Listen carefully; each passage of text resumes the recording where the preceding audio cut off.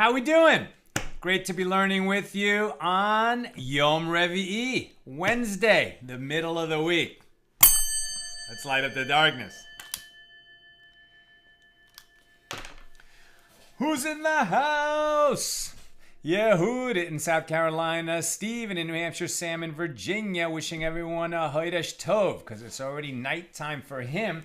Rosh Chodesh Nisan begins tonight. That's a big deal. Nisan is the first month of the year, according to the original biblical reckoning. We could talk about that another time, but the point is it's the month that celebrates the Exodus from Egypt, the month that contains Passover, right? So we're 2 weeks away from Passover, and everyone who's thinking about cleaning out the house and getting all the chametz out of the house, it's almost panic time. But it'll get done. It always does. It's just a lot of work. But we're very excited. 2 weeks until Pesach. So Chodesh Tov to those for whom it is nighttime already. Welcoming the month of Nisan. Who else? Ryan in Jacksonville, Florida. Bella also in Florida. And this thing skipped on me. Where'd you go? Okay. Again, Bella in Florida, Paula on time and celebrating from the great Northwest. Ken in Philly, Renee in Indiana. Gabrielle says shalom, brother. Shalom to you. Joseph in Massachusetts. Gabrielle is in India, checking in all the way from India. Welcome, Gabriel. Bill is in mid-Missouri, as usual, and says where our saga of the weather not knowing what it wants continues. It poured rain, but the temperatures were more appropriate for late May. So stepping outside made one feel like a steamed vegetable. On the plus side, I hear California's water table is up. It's been this atmospheric river. That's a condition we have out here where, precipitation just flows across the Pacific Ocean and bumps into California and pours it down. We don't always get it, but we did this year, and wow, it's been non-stop rain, including today, but it looks like it's going to ease up. The reservoirs are definitely up. Thank God. What a blessing for California. Ryan checking in from Minneapolis. Benjamin's in Florida. Sharon in New Jersey. Jonathan in wet California. He's with me. Melissa in Great Neck. Peggy in Colorado. Sandy wishing us good evening. Joe in the Inland Empire. Guy in Ohio. Welcome everybody over there on the YouTube side. Marjorie checking in from Georgia. Michelle says shalom. Ella says shalom. And Michelle is in Washington State. Welcome. Let's get to it. It's a somewhat challenging daf that we have today. A lot of interesting stuff in it. Our daf today is page Nun Ches, page 58 here in Tractate Nazir. We are in chapter 8 and continuing our discussion of Mishnah number 1. And our Mishnah, right, is all about a case of uncertainty, right? The first Mishnah in this chapter is where we have two Nazirim, right? Two people who took a vow of nazirus, and a third person was a witness and saw that some object that transmits impurity, and this perhaps it was a corpse, passed between them. And one of them became impure, but the witness is not sure which. And so these guys have to take on all kinds of stringencies and extra measures to account for the fact that they might have become impure, but they're not sure if they became impure. That's the general subject. We pick this up at the bottom of page 57b.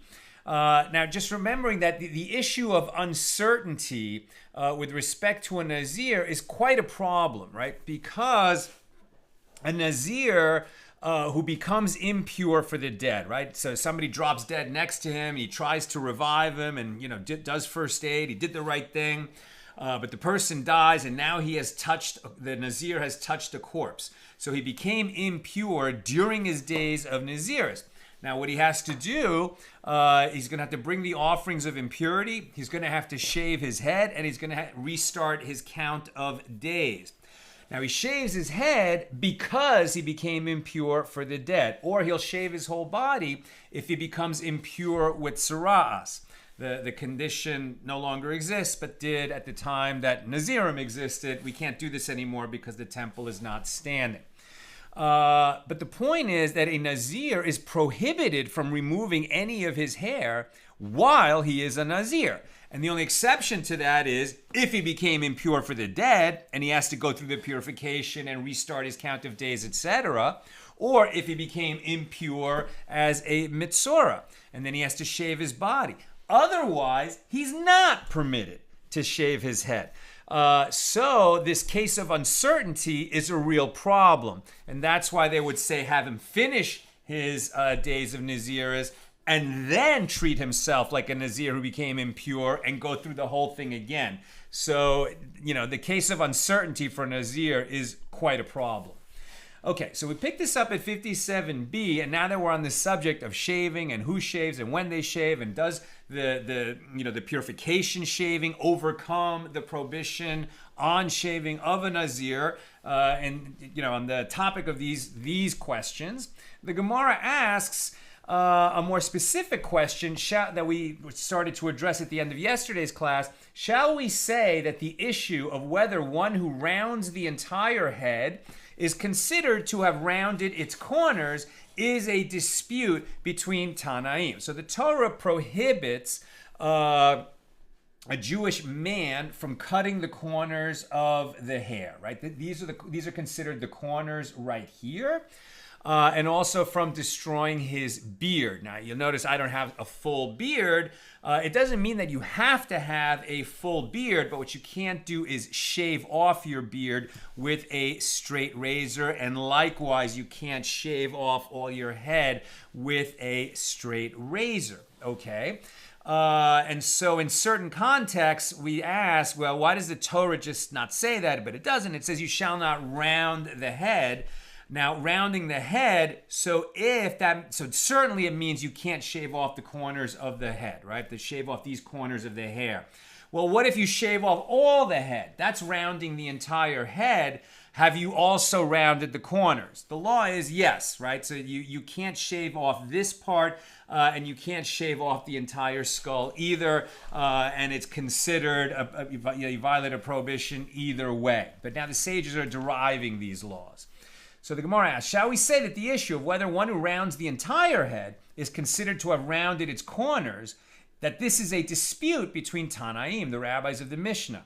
As the sages taught in a Baraisa with regard to a verse that deals with the shaving of a metzora, one who became, has the impurity of tzara'as, which is not as strong of a case of ritual impurity as one who contracts corpse tumor because he comes into contact with a corpse or walks through a graveyard, etc. But the metzora has a stringency that one who comes into contact with a corpse doesn't have, right? If you become tameh for the dead, you're gonna, before you can enter the temple, when the temple is standing, you'll have to go through a 7-day purification that includes the sprinkling of the waters with the ashes of the red heifer. If you become a metzora, a confirmed metzora, you're gonna have to shave off all the hair on your entire body. And as we'll see, that is a positive mitzvah that overcomes other negative prohibitions. We're not quite there yet, right? So first we're talking about what happens to this metzora. So one might have thought that even a metzora should likewise be prohibited from rounding off his head, right? So the Torah says you can't shave off the corners of your head, but the metzora has to shave his whole body.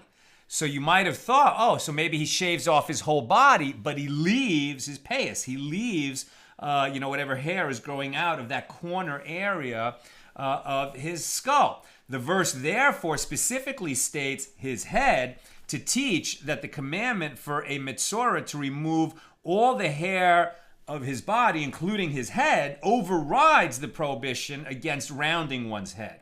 We're on 58a now. And it was taught in another Baraisa, why must the verse state his head with regard to a metzora? right? So where does it say? The commandment of metzora is he shall shave off all his hair, and then it adds his hair, his head, his beard, etc. Once we know that he has to shave off all his hair, why does the Torah add the detail of about his head or his beard? And that's what the Gemara is looking at right now. And so it was taught in another baraisa, why must the verse state his head with regard to the metzora, since it states, with regard to a Nazir, no razor shall come upon his head while he's in his term of nazirus. One might have thought that even a Nazir who also becomes a metzora should likewise be prohibited from shaving upon his purification. Therefore, the verse states his head, from which it is derived that a Nazir who also becomes a metzora must shave his head like any other metzora, right? So the commandment in the purification of the metzora to shave off the whole body overcomes the negative prohibition on a Nazir to remove any hair from his head. Now the Gemara explains, and what? Is it not correct to say that this is a dispute between Tanaim? In other words, that the sages of the Mishna had been arguing about this, right? And it was not a unanimous opinion, right? There were different opinions on this. So according to the one who says that the additional term his head is to counter a possible prohibition derived from the case of a Nazir, so he holds that rounding the entire head is not called rounding. And therefore, there is no need for a verse to teach that a metzora can shave all the hair off his head.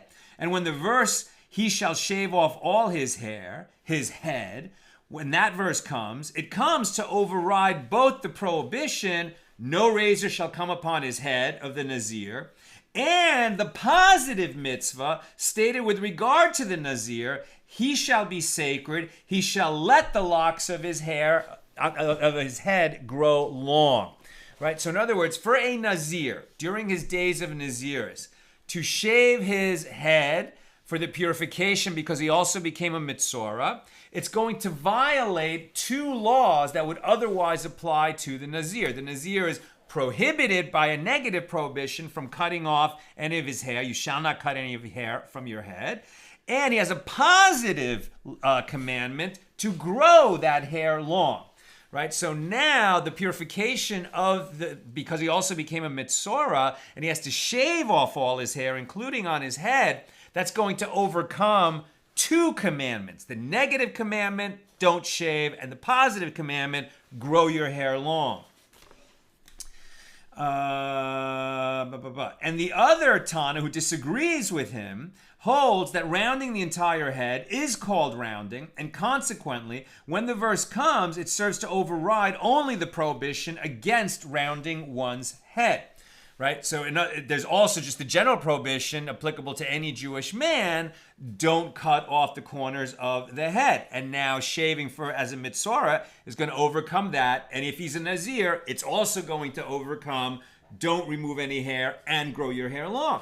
So Rava said in refutation of this proof, no, it is possible that everyone agrees that rounding the entire head is not called rounding, right? So what they're saying is, well, maybe when you shave all the hair off your head, you didn't violate don't round the head because the corners they're saying that maybe that prohibition only comes to say that you can't cut off only the corners.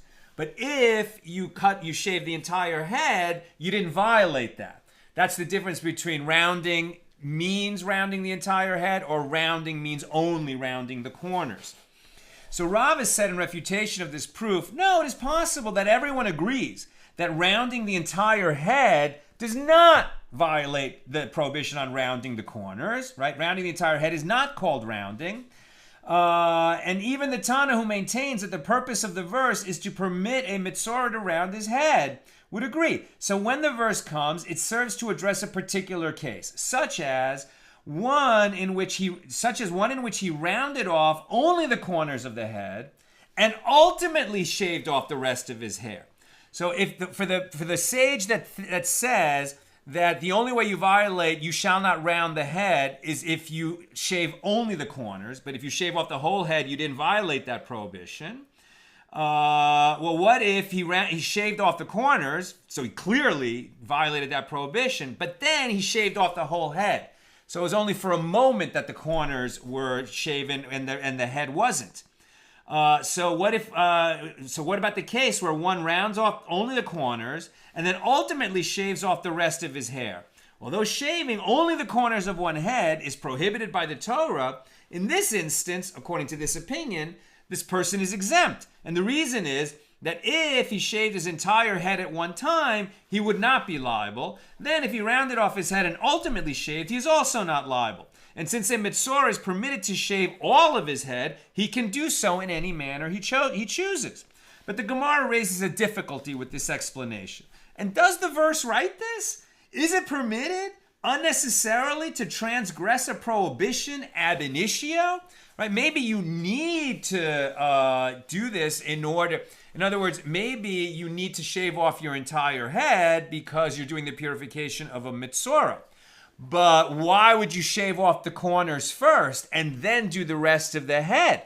Where you don't have to do that, right? If it's permitted to shave off the whole head, don't, sort of tempt fate by shaving off the corners first, counting on the fact that you're going to be okay when you do the rest of it.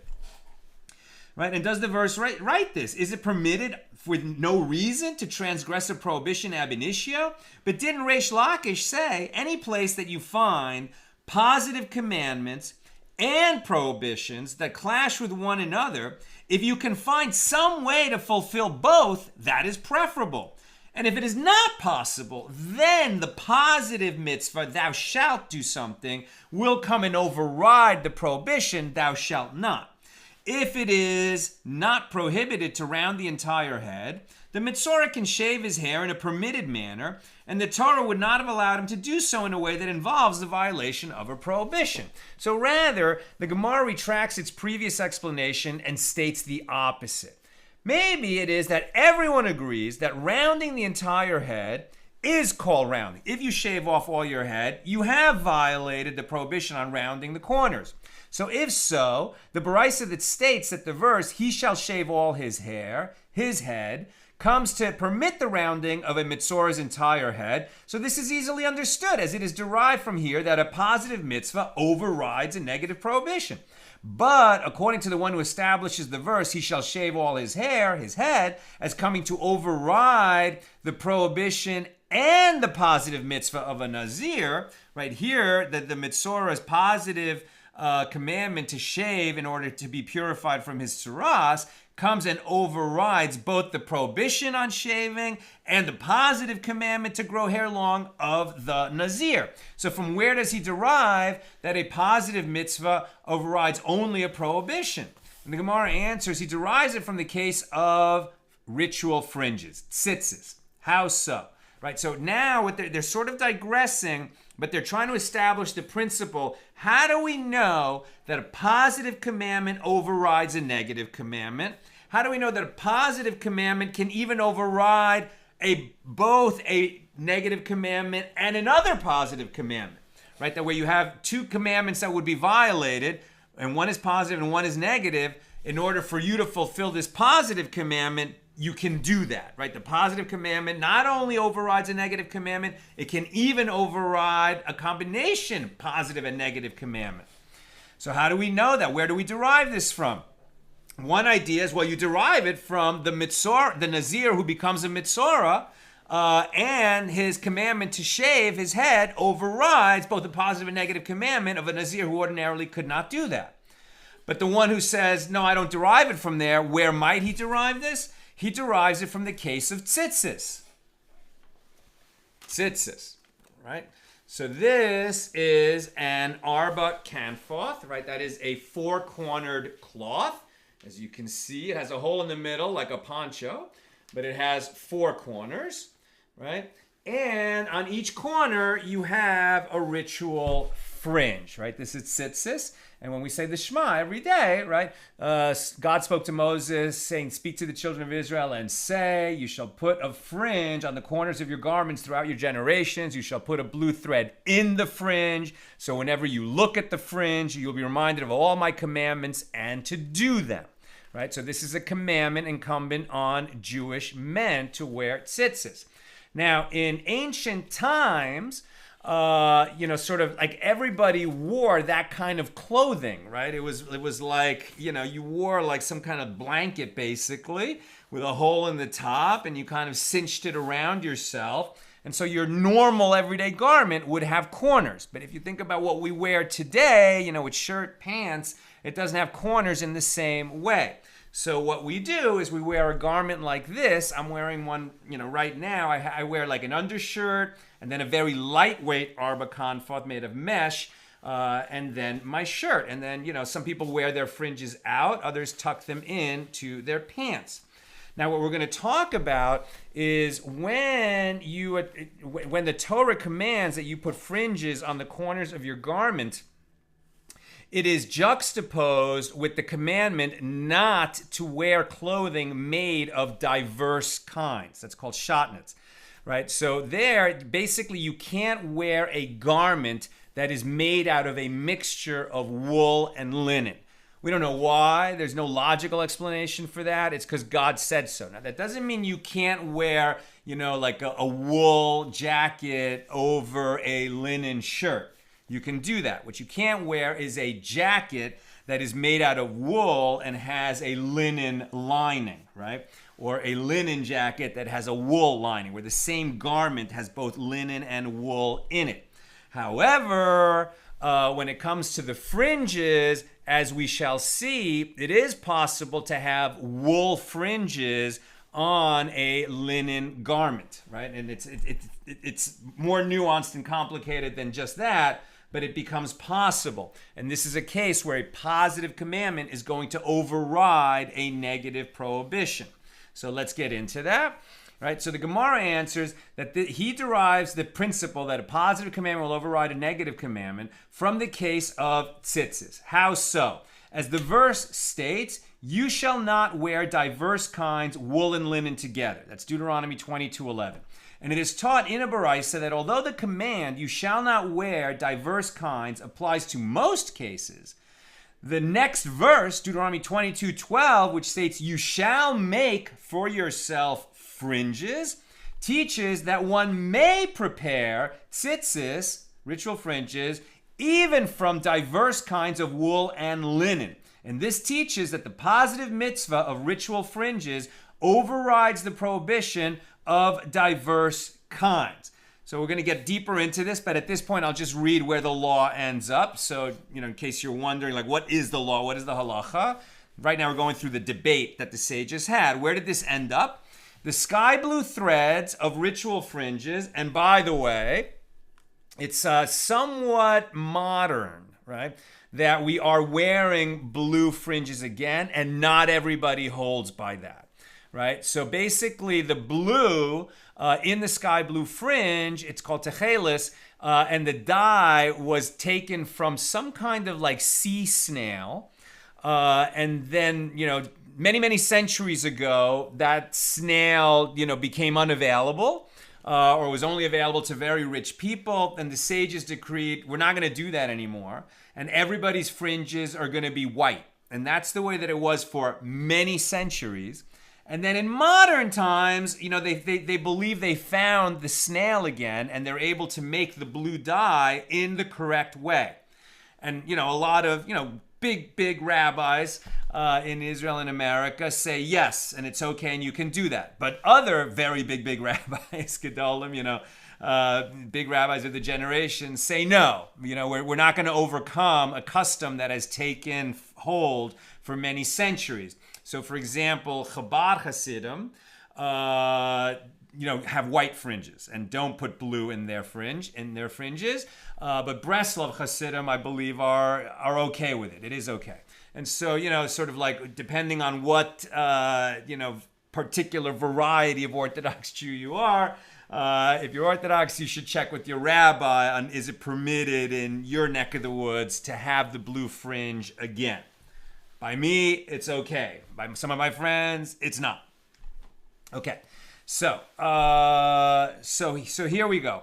So the sky blue threads of the ritual fringes, that one, the one that is dyed right? Because it says in the Torah, you dye the wool blue, right? So the blue thread has to be made of wool, right? The one that has the blue dye, that has to be made out of wool.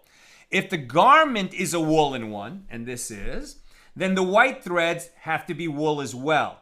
The white threads of the fringes of a linen garment must be linen, right? So if you're going to make an arba kanfoth out of linen, then in the tzitzis, the blue thread would be made out of wool and the white threads would be made out of linen. And so then right there, you've got wool and linen together, and that's where we see that the positive commandment to wear fringes and to dye the wool, one of the threads blue, is going to overcome the negative prohibition, don't wear wool and linen together in one garment. As for other types of material, like the one I'm wearing under here, which is made out of like some synthetic, neither wool nor linen, so there the white threads of their ritual fringes can be made from the same fabric as the clothing itself, or of wool or linen.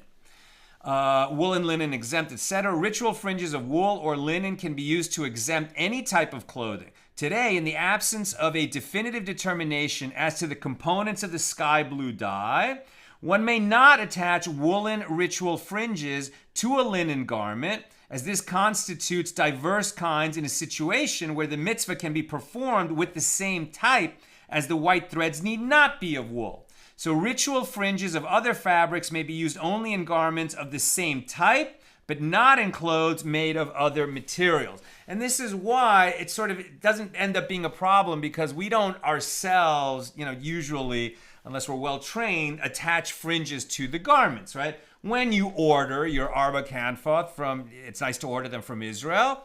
So if you order a wool garment, it's going to come with the correct composition of fringes attached to it. If you order one made of cotton or one made of linen or whatever you do, it's going to come with a halakhically correct fringes attached to it. And what we don't do is attach fringes to other kinds of clothing, right? So we have specialized garments to hold the fringes, as it were. Okay.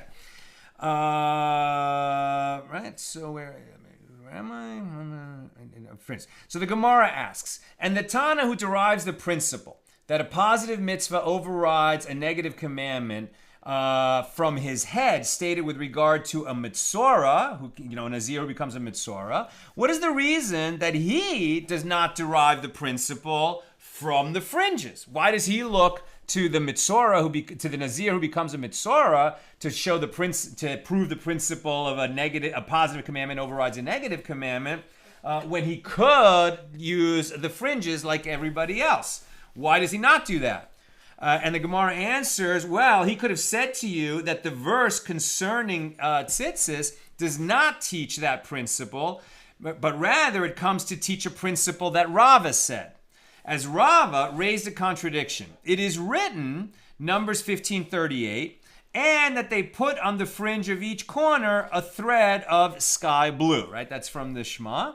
And the phrase, the fringe of each corner, the tzitzis of each corner, indicates that tzitzis must be of the same type as the corner of the robe itself, upon which they must place a thread of sky blue. And yet it is written, you shall not wear diverse kinds, wool and linen together. And the juxtaposition of these two verses teaches that ritual fringes must be made from wool and linen, right? So Rava says the juxtaposition doesn't come to teach that positive mitzvahs override negative mitzvahs. Rather, the juxtaposition comes to tell you that tzitzis must be made of both wool and linen together. How so? Obviously, we don't follow Rava. How so? How can ritual fringes be made from the same material as the garment itself and also from wool and linen? And the answer is that tzitzis of wool and linen exempt the garment and fulfill the obligation of ritual fringes, whether the garment is of their own type, i.e. wool and linen, or whether it is not of their own type, i.e. all other materials. So by contrast, with regard to ritual fringes of other types of materials, they exempt the garment of their own type, but they do not exempt the garment that is not of their type. So according to this, the verse juxtaposing tzitzis to shatnez serves to teach that tzitzis made of wool and linen exempt any garment, but not to teach that a positive mitzvah overrides a negative mitzvah. So the Gemara continues this line of inquiry. And according to this Tana, who derives from the term his head that a positive mitzvah overrides only a single negative commandment, from where do we derive the law that the positive mitzvah of the metzorah's shaving comes and overrides both the negative commandment not to shave and the positive mitzvah to grow his hair long of the Nazir? From where does this Tana learn that a Nazir who became a metzora is obligated to shave his whole head, in fact his whole body? And the Gemara answers, well, he derives it from the verse, he shall shave all his hair, his head, and his beard. As it is taught in a Baraisa, why must the verse state his beard? After all, a beard is already included in the phrase, all his hair. Right? Once it says that the metzora has to shave his whole body as part of his purification, the Torah didn't need to add his head and his beard. So we learned that his head comes to teach that it's going to override that the metzora has to shave even if he's also a Nazir. So what are we going to learn out from the term his beard? Why is that added? So the Baraisa answers, since it is stated with regard to Kohanim, priests, neither shall they shave off the corners of their beard, one might have thought that even a priest who is a metzora is included in this prohibition against shaving his beard. Therefore, the verse adds his beard in connection to a metzora to teach that a Kohen who becomes a metzora, a Kohen who contracts saras, he's going to have to shave his whole body, including his beard, even though normally priests are not allowed to shave their beards or the corners of their beards.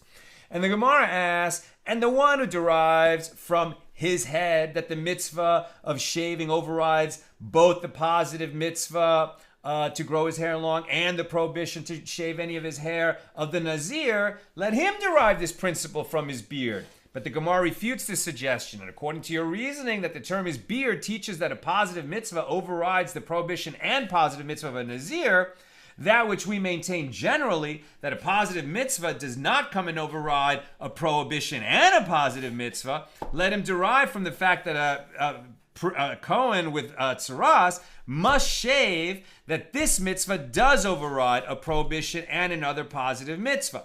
Right? So now we're saying, whoa. Generally, a positive commandment overrides a negative commandment, but it doesn't override the combination of a positive commandment and a negative commandment, except in these circumstances. What is the law? What is the halach on that? In the case of a positive mitzvah and a prohibition that involve the same action, if one can fulfill the positive command without violating the prohibition, he should do so. If not, the positive mitzvah overrides the prohibition. Now, this applies only if the positive mitzvah is in conflict with the prohibition alone. However, it does not override both a prohibition and a positive mitzvah together. For this reason, priests do not perform the mitzvah of burning invalidated offerings on a festival. Likewise, a widow may not enter into a levirate marriage with a high priest, and a priest may not render himself ritually pure in a cemetery to perform the mitzvah of restoring lost property. These are just a few of the examples where a positive mitzvah does not come and override a negative mitzvah because the negative mitzvah is supported by yet another positive mitzvah.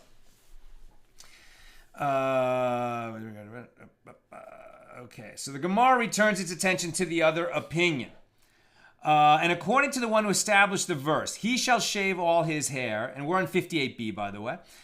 He shall shave all his hair, his head, and his beard, as referring to a Nazir, meaning he derives from this verse the principle that in certain cases, including that of a priest who becomes a metzora, a positive mitzvah does override the combined prohibition and another positive mitzvah. So then why do I need this term, his beard? And the Gemara answers, he requires it for that which is taught in a Baraisa with regard to the shaving of a metzora, which must be performed with a razor. Right? When the metzora goes and shaves all the hair off his body, he needs to do that with a razor. Right? Normally that's prohibited for us, but he has to do it with a razor. Not with some other implement. And why must the verse state his beard, as it already stated that he shaves all his hair, since it is stated, neither shall they shave off the corners of their beard, about priests, Kohanim. One might have thought that even a priest who is a metzora is included in the prohibition against shaving. And the verse therefore states his beard to teach that a priest with saras must shave his beard as well. And from where do we derive that a metzora must shave with a razor? As it is taught in a baraisa, neither shall they shave off the corners of their beard. One might have thought that priests should be liable even if they shave their beards with scissors. And the verse states, and you shall not destroy the corners of your beard. Leviticus 19:27, which teaches that the prohibition applies only to the destruction of the beard from its roots. If the sole criterion is the phrase, you shall not destroy, one might have thought that if he extracted his hair with tweezers or removed his hair with a carpenter's plane, he should likewise be liable due to the prohibition against destroying his hair. And the verse therefore states, neither shall they shave off the corners of their beard.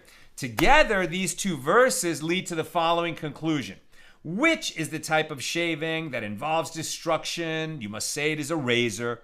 The fact that it was necessary for the Torah to permit a metzora to shave his beard with a razor, notwithstanding the prohibition against using this implement, proves that the positive commandment that he shave overrides this prohibition that you don't destroy the corners of the beard as derived from the term, his beard.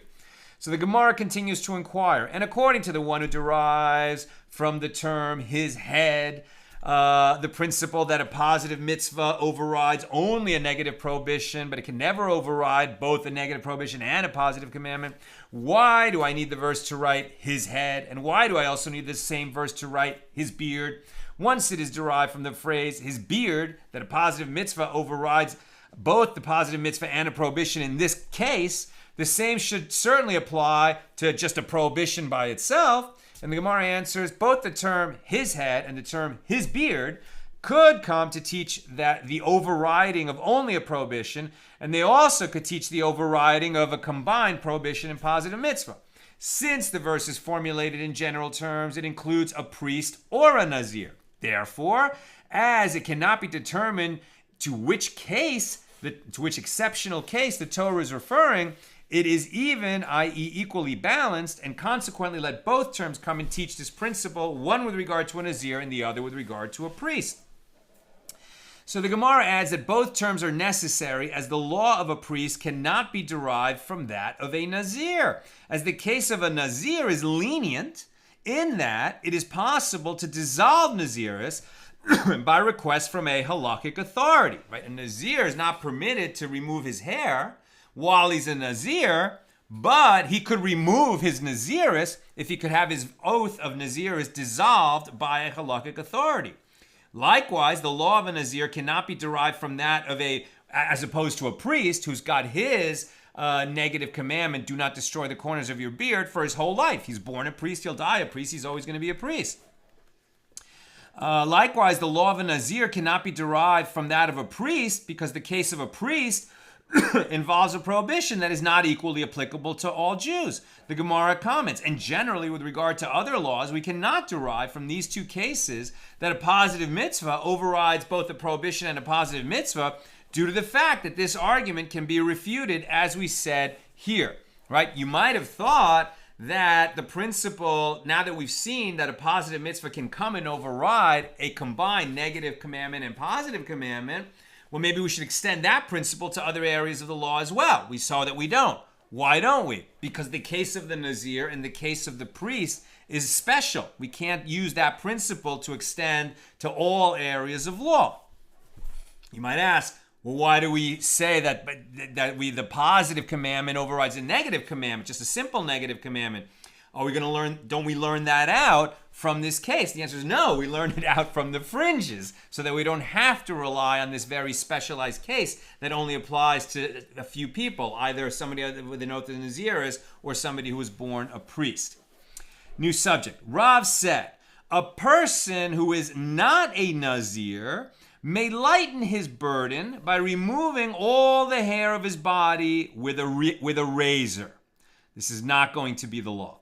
One who feels he has too much hair may shave all of it off with a razor, apart from his beard and the corners of his head. Now the Gemara raises an objection against this from a baraisa. No, you can't do this. Not because you took a razor to your head and shaved the corners, because he didn't do that.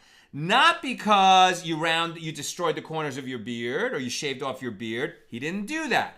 This is just a man who's gonna shave off all, like his arm hair, his chest hair, his leg hair, his back hair, and he's going to use a straight razor to do that. Can he do that? Rav says yes, but the answer is going to be no. Can you guess why? Why is it that a man is not permitted to shave off all the hair of his body?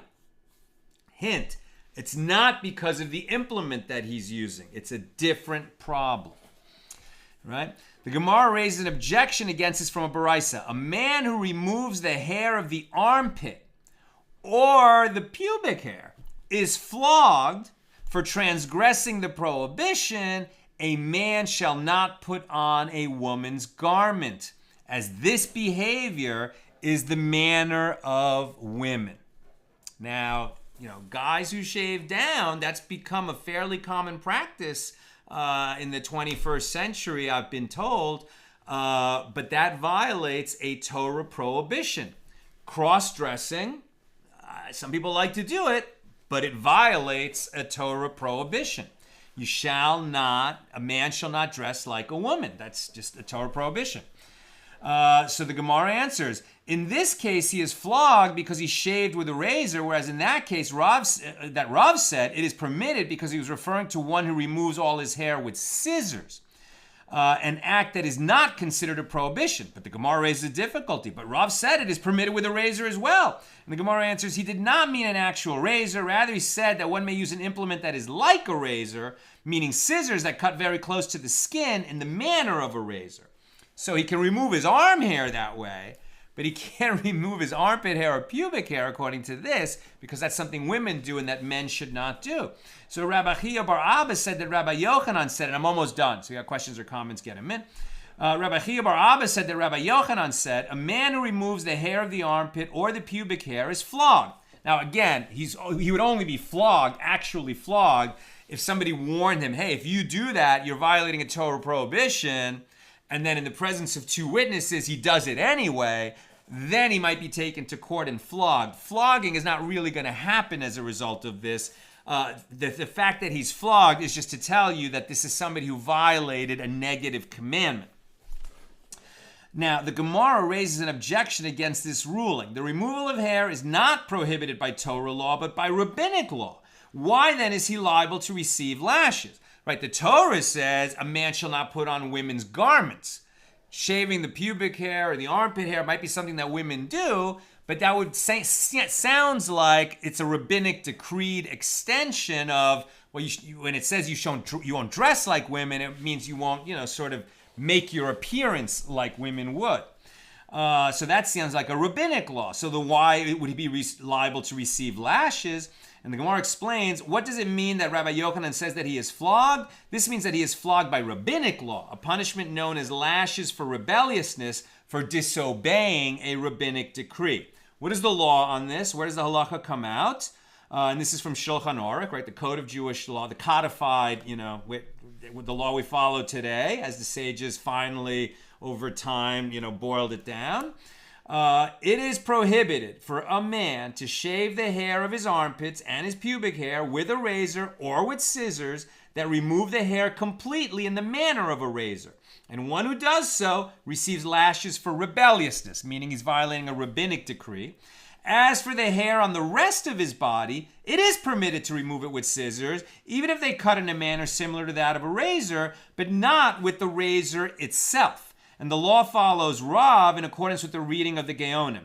Rabbeinu Tam, following the standard version of the text, rules that scissors are similar to razors, are prohibited on the rest of the body as well, right? So the more stringent opinion is that men can't even, closely cut down the hair of the rest of their bodies. But it sounds like, generally speaking, guys can shave chest hair, back hair, and stuff like that. But not armpit and pubic. So pretty interesting and a little bit surprising. Okay, let's go with questions or comments. Perhaps there will be a few. Peggy asks, is flogging something that is still done? Absolutely not. We do not have rabbinic courts that would ever issue that punishment, right? So it's more like when the temple is standing and we're in the Holy Land and, we've got kind of, like it's a Torah law nation, then it would even be possible. But again, flogging for a transgression, even in ancient times, it didn't happen. It didn't happen. It was more that it could happen, because who really cares about this? Pious people, right? So pious people want to know, what laws they have to follow, and are they following it? Is the law in question a biblical law or a rabbinic decree? And the reason that you want to make sure you know that distinction is in cases of uncertainty, we're stringent with respect to written law and lenient with respect to rabbinic decrees. But flogging is much more like a hypothetical, so that we understand sort of like the degree of seriousness of the transgression, not that flogging actually happened or happens. Bill, query: if the reason a man is not permitted to shave entirely except for the bits of the corners is because that is the matter of women, does that mean it doesn't apply in, for instance, a culture where women generally do not trim their armpit hair, especially since it's a rabbinic decree? Is there a leniency because it's contingent on cultural norms? I would say that when you're talking about cultural norms, you're not going to apply them in cases like this, right? In other words, what's the cultural norms for Jews, no matter where they live, right? On a question, it seems to me like on a question like this, he's going to be compared to other Jews, not on the society where a particular Jew might be residing. Now, putting that aside for a second, we also have a principle that the law of the land is the law of the land, right? So Jews are obligated to follow the laws of the government in the lands where they live, right? Now, when there's a conflict between Jewish law and local law, that can be a real problem. The best thing to do then is not live in that country, if possible. Otherwise, consult your rabbi, because that can be a real serious matter. But generally speaking, we saw where this came out. They can shave their body, although they shouldn't use a razor to do it. It's just the armpit, right, and the pubic region. That's, I don't think there's any country where the norm is so necessary to follow that a religious Jewish man would feel obligated to follow some kind of norm. In fact, he wouldn't, right? Because that's just considered the manner of women, at least as this was formulated. Okay, that's what I've got for us today. With God's help, we'll be together again tomorrow, Thursday, the regular time, 6 p.m. Pacific. Have a great night.